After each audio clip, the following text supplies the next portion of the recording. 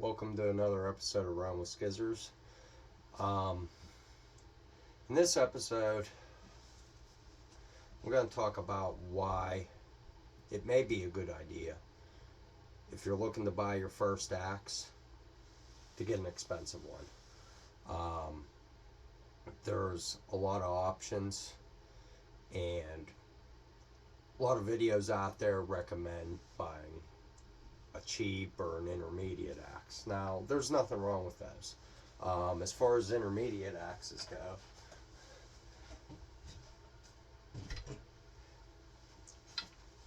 council tool is definitely a great option. Now, this one is the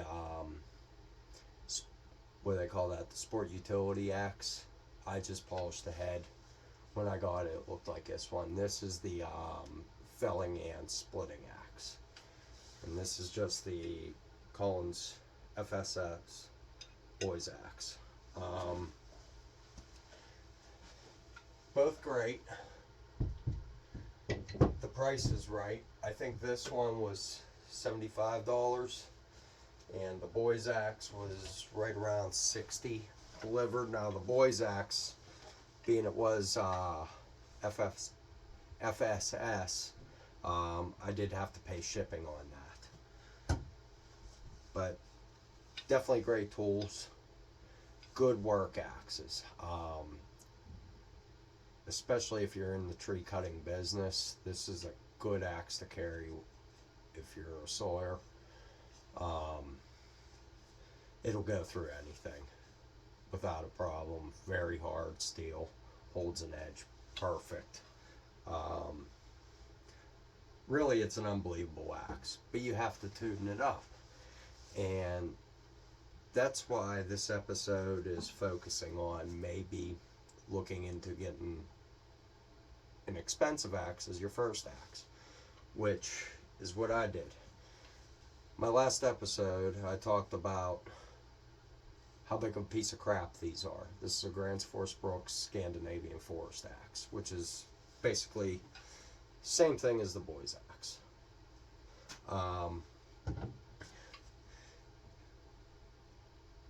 As far as using it for what I use it for, this axe doesn't work for me. I love it. It's beautiful. I want to pass it down to my son. Well, actually, I'll pass all my axes down to my son, but this is one I want to keep around. Mostly original. Did go through a handle, and that when I first got it, the bit was loose, and I took it apart, and the handle just, it wasn't a good hang. So I fixed that problem.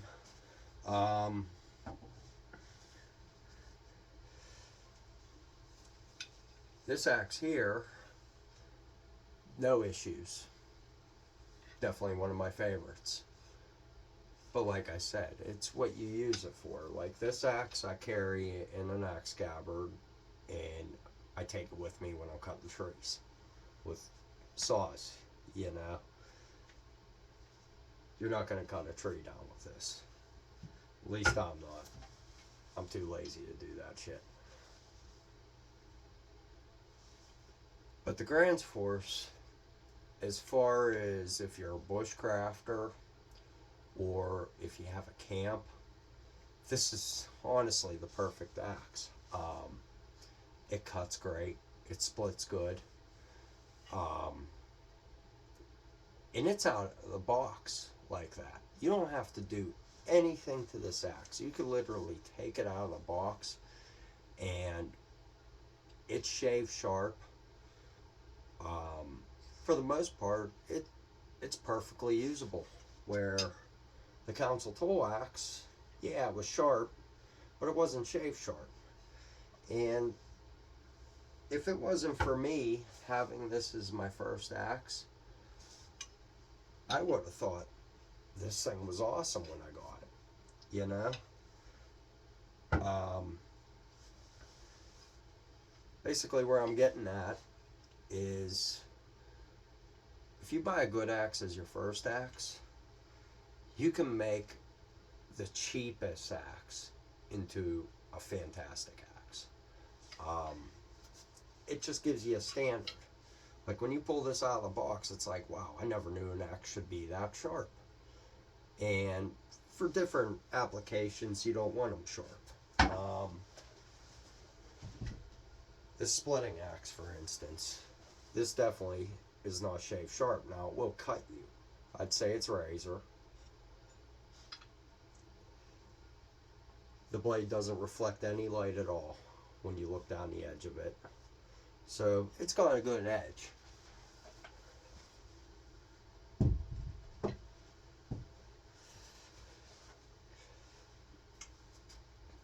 Now, these axes, this one out of the box is deadly sharp. And I still have it like that. It's just crazy how sharp it is. And because of having that one as my first axe, when I pulled this out of the box, the edge was garbage. Now it's deadly. And it teaches you how to maintain a sharp edge, because once you handle an axe with a razor sharp edge like this,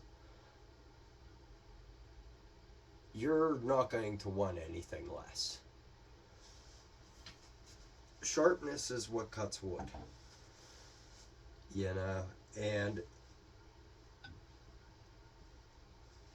if you're just like splitting wood, you don't want a razor sharp edge, because all you're going to do is damage it. But being able to delimb a pine tree, you know, with 1-inch branches coming off, I mean, one swing it, these axes, both of them, will lob out right off, clean cut. And basically it comes down to is it gives you an idea, you know, of how to maintain this axe. It is not easy.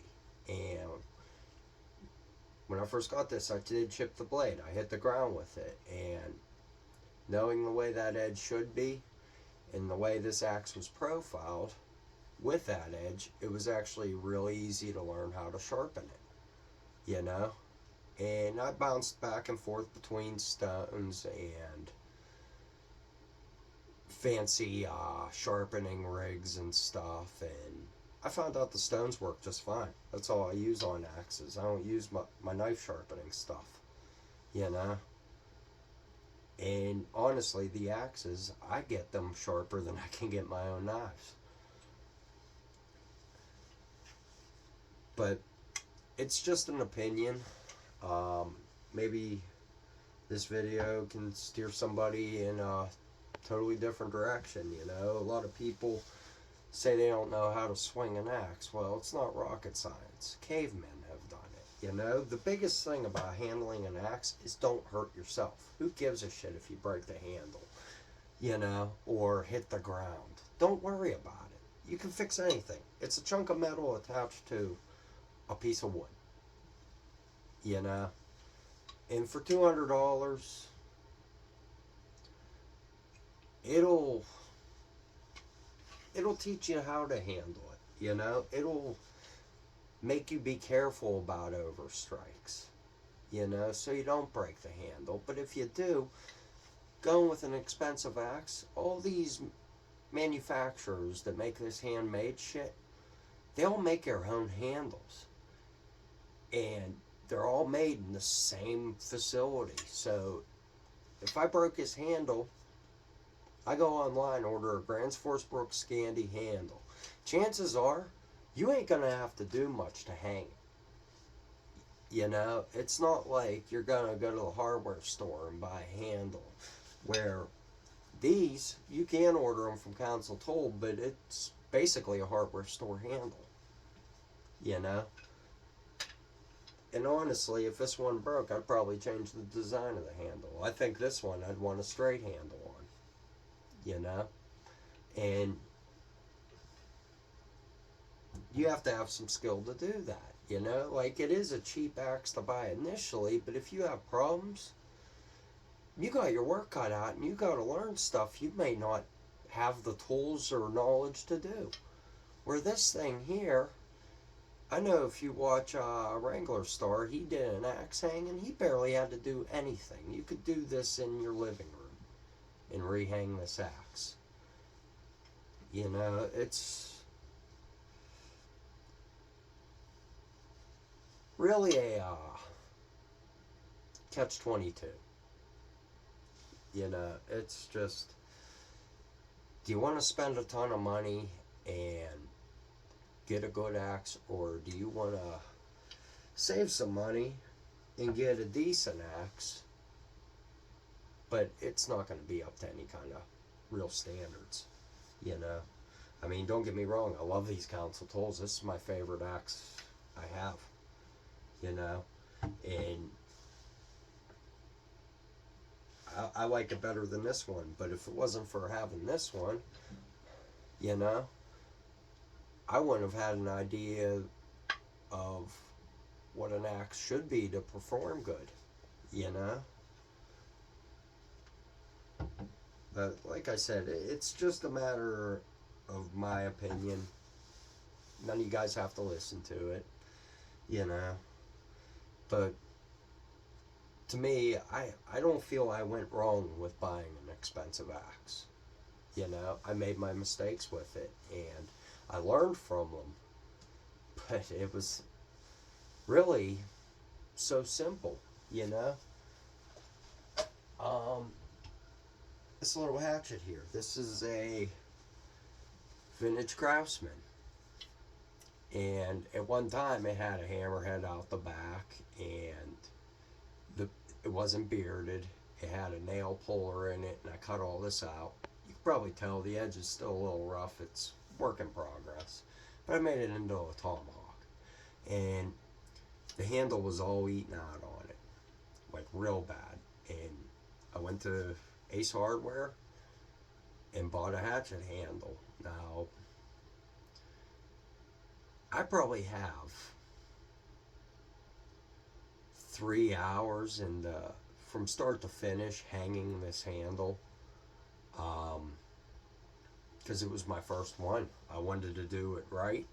It's a ton of work, you know. Now I wouldn't think twice about doing a handle, you know. But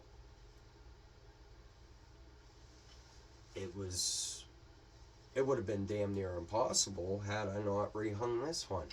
As easy as this was, I really didn't have to do much. I took some sandpaper around and just used that. That's all I had. I didn't have like a 4-in-hand at the time and Dremel tool and all this crap, you know. I mean, I started out with nothing. I didn't know nothing about axes. I know stuff about tools, you know, but like these old wood handle ones, you know. This thing laid in the back of my garage for years, and I always knew it was there. And it was like, man, I really wish I had a good hatchet. Why'd the handle have to break on this? And one day I picked it up, and I was like, screw it. I'm going to try putting a handle on. And did the job, and went outside and split up some smaller logs. And then I was like, you know what? I'm going to see if it'll make kindling. And it was seasoned wood. I figured if this damn handle is going to come loose, I'm going to try and make it come loose now to learn from the mistake and not wonder why 2 years down the road all of a sudden it came loose, you know. I know I can bury this into a round and put my weight on it and the handle ain't going to move. And it was all because of this. Buying the expensive axe first.